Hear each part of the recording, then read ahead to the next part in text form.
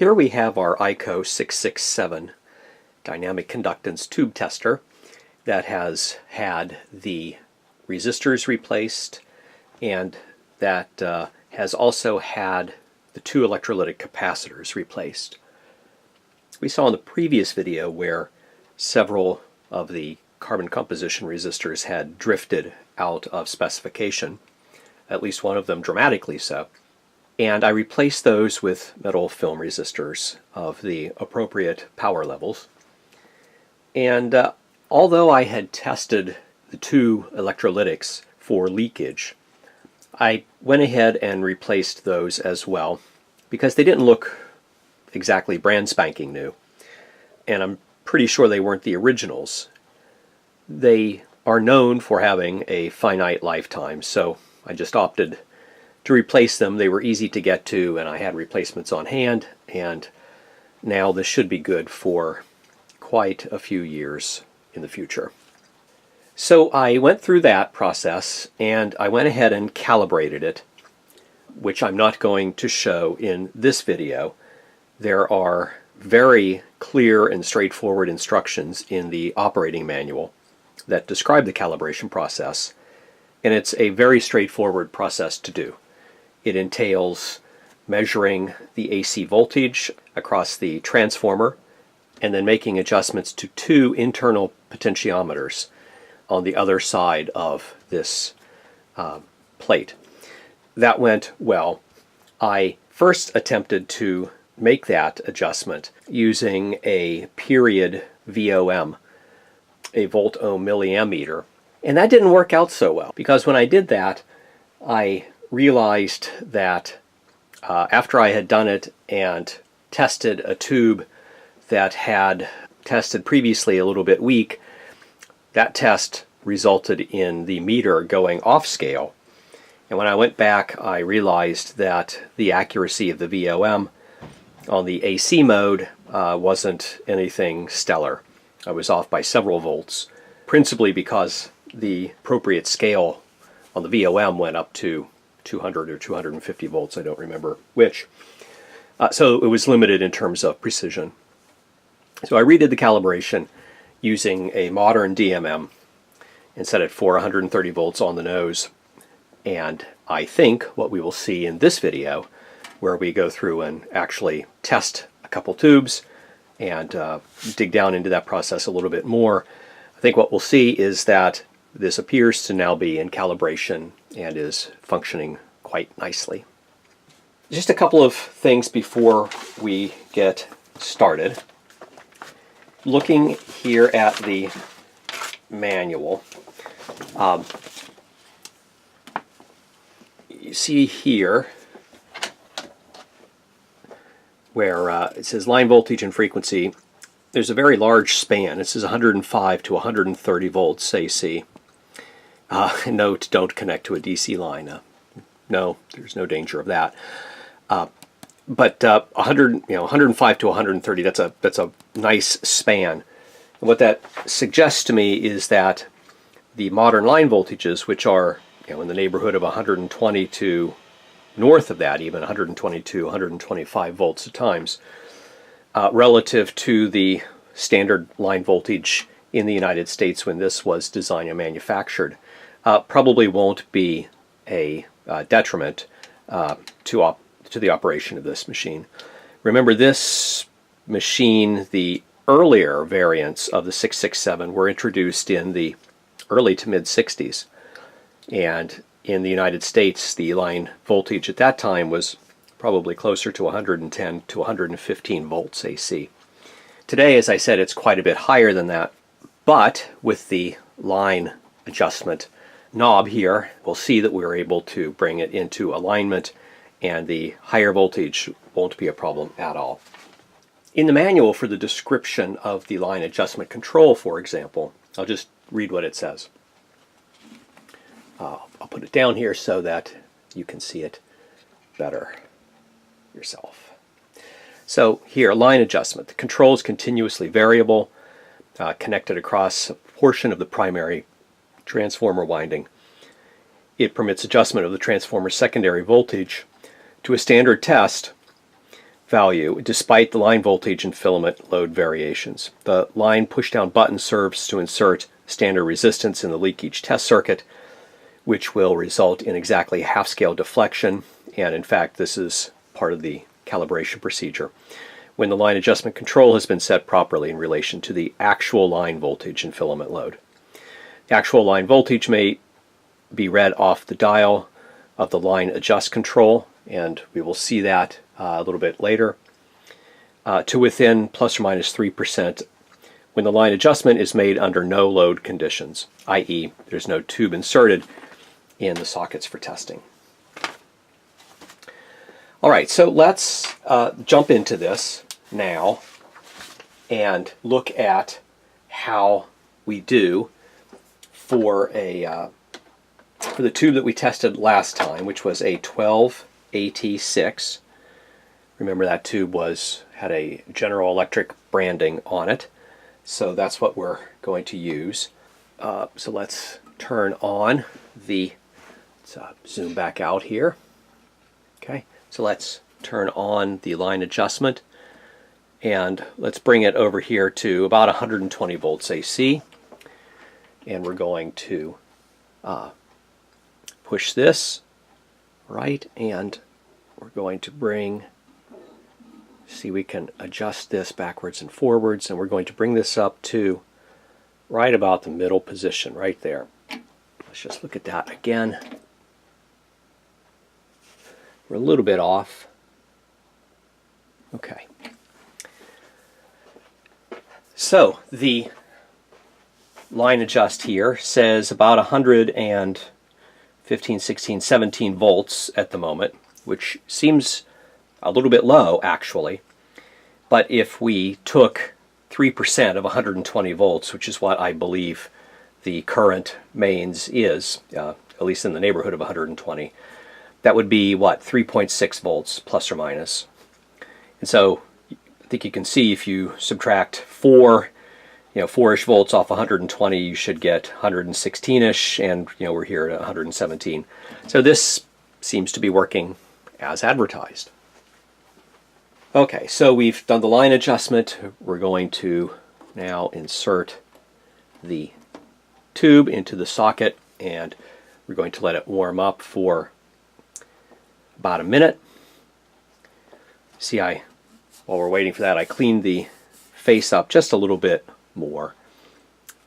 There wasn't a lot to clean. This was in very good condition. One of the things that I was surprised by, although I shouldn't be in retrospect, was I went through and I cleaned the switches on the levers here, and on the filament switch and the tube, the tube/transistor test, and the Q-tips that I had put a little bit of deoxit on to clean those controls came back just black as coal.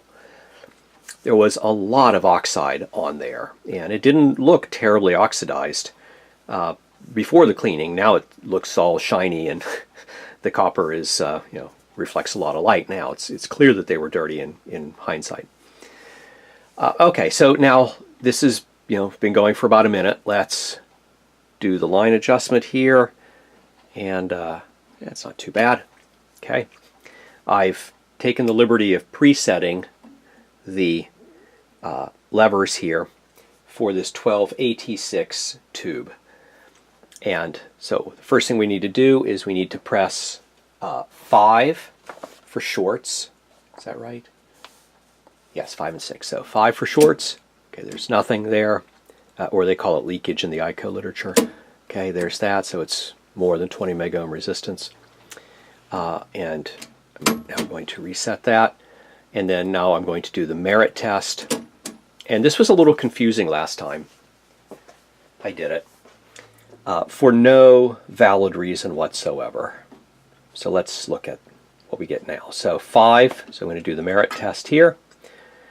And remember last time it was in the question range, and I thought, this is an obvious indication that this has drifted out of calibration, because I know this is a strong tube. And when I said that, I kind of felt silly, by which I mean if you test a a tube on one tester, you shouldn't necessarily expect the same readings on a second tester.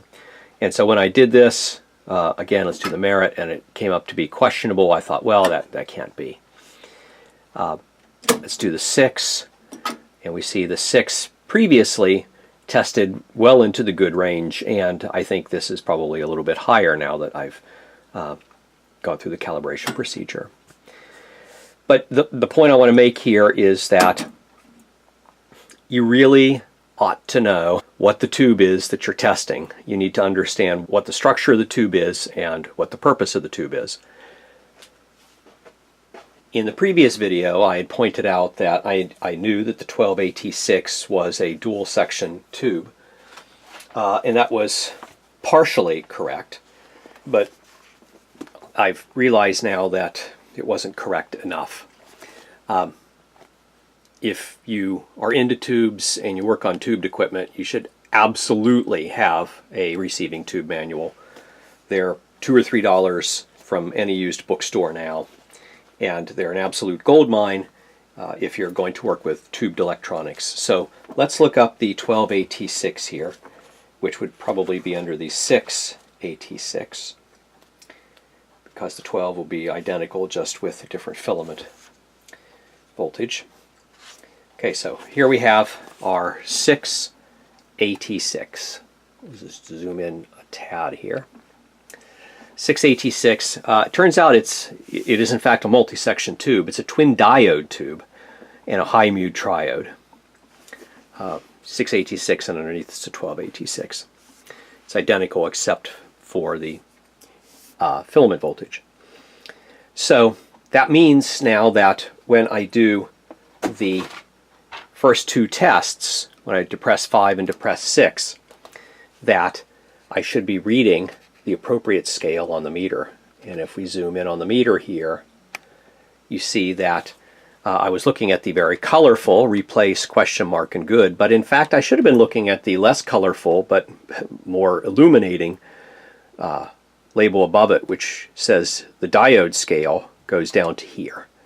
So reading up in here, in fact, shows that the tube is as I expected it to be. It's fine. All right. So moral of the story there is know the tube that you're testing. There is no substitution for that, and you cannot interpret the test readings if you just blindly poke a tube in the tester, follow the buttons and press it and look for it to say good or bad. That is a recipe for disaster. Going back now to the testing data, so we just tested both the diodes, right? So here's this configuration for the levels, and then the 5 and 6 were for the diodes. The second test now down here will be for the triode part of the tube. So let's change now the settings. We're still at 12.6, so this should now be 13. Okay, there's about 13 and 93 over here, and that's pretty good. 93. Okay. 12AT6. Okay, so now we have 5, 1, 2, 1, and now we have 6, 6, 4. Is that right? 51, 21, 6, 64. Okay, these are all 1s, and this now should be at 1 and 4. Okay, yes. So now we have to test 1 here. So there's nothing. And then 2, but the 2's got an underline, so we press that. We're horrified until we press the HK leak and we see that in fact it's good. And then now we test 3. I'm sorry, we don't test 3. We test 7. Okay, there we go. So this appears to have no shorts. And now for the merit test, we keep 7 depressed and we push down here, and we see that we're in the good range, right? So this is a perfectly adequate tube as advertised. Okay, let's remove this tube. Okay, and just to make the point, let's come over now and look at how this tube tests on a different tester. So here we have a completely different approach to testing. This is a EICO 600A, and this actually measures transconductance. Maybe I should say estimates transconductance, which is also known as mutual conductance. For the 12AT6, let's zoom in here a bit on that. All right. Well, it's a little bit crooked, but we see now that there are 3 settings for the 12AT6. There's that one, and that one, and that one. The bottom 2 have a star next to the settings for which button is pushed, in this case P1. And those stars denote that this is a diode and a diode test for each of these readings. So the 2 stars test each of the diode sections. Remember, in the EICO we had to push 2 separate buttons, one presumably for each of the diodes.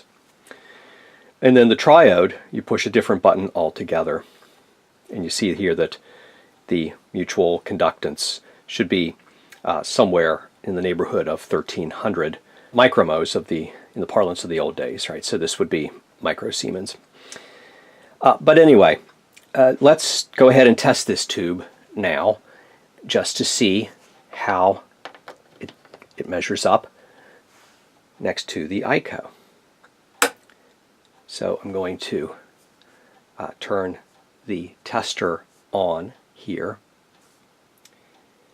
and let it warm up for just a bit. This I got this tester probably a year and a half, 2 years ago, and I quite like it. It's very versatile. I don't think I've run into a tube that I needed to test that I couldn't on this. I had gotten it in very good shape, and it had just been calibrated. And I looked under the hood after I got it, and it was, they did a quite nice job on updating it. So really pleased with this. Okay, so the first thing that we have to do is do the line adjustment. Okay, and wow, that's right on. But of course you couldn't see any of that because I was zoomed in. So now we're going to do the line adjustment. We see that it lines up quite nicely. Okay. Let's do the first diode section. So that needs to be set at 12.6, and that's at 12.6. Juliet Romeo 3 5 0 2 0. Right, so JR 3502 0. The English needs to be set to 26. There's 25 and there's 26. Okay, and we push P1. Well, the first thing that we do is we test for shorts, right? So we see that there are no shorts, okay? And now we set this on tube test, and we push button P1 here, and we see that, interestingly, so diode's okay from here over, so that's good. That's consistent with the EICO, and very interestingly, it's towards the low end of the diodes are okay, but still solid. All right. Next thing we do is we now look at the second diode. So there, now we need to change this from 5 to 6. So we have 30, we have JR 36020. Okay, we tested for shorts already. So we're in the tube test, and again we're going to press P1. And this one is quite high in the good range. very consistent with the EICO. So that's possibly a coincidence, but possibly not. The main point I want to make here is that the two testers are consistent with one another without trying to make a quantitative comparison. All right, and then now let's do the triode. So now we're at 3702. So 3702. And we need to change the the bias. It should be set at 10, and it was. I didn't have the bias set at, I should have had the bias set at 0 on the previous two tests. Let's just very quickly go and do that with the bias set in the correct 0 position here. It shouldn't make any difference. Okay, so we're at tube test. We already checked for shorts. Let's do the P1. And it made a little bit of a difference, but not very much. And now let's go to 6 for the second test. We go to P1. Okay, so it's a little bit lower, but still in the general ballpark. All right, now let's do 3702. We turn the bias up to 10 now. And we have English set at 60. There's English set at 60. Okay, and now we press P4 for the mutual conductance. And we see that we're solidly in the good range, and we are somewhere up around, well, let's see, it should be, well, okay, so it should be 1300, okay?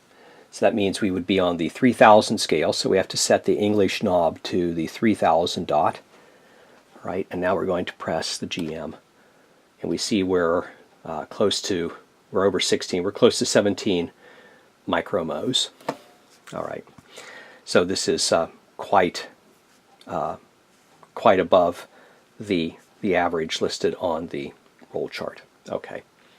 All right, well, I wanted to make a video about the EICO, not about the Hickok, although how can you not spend time on a Hickok when it's just right there in front of you?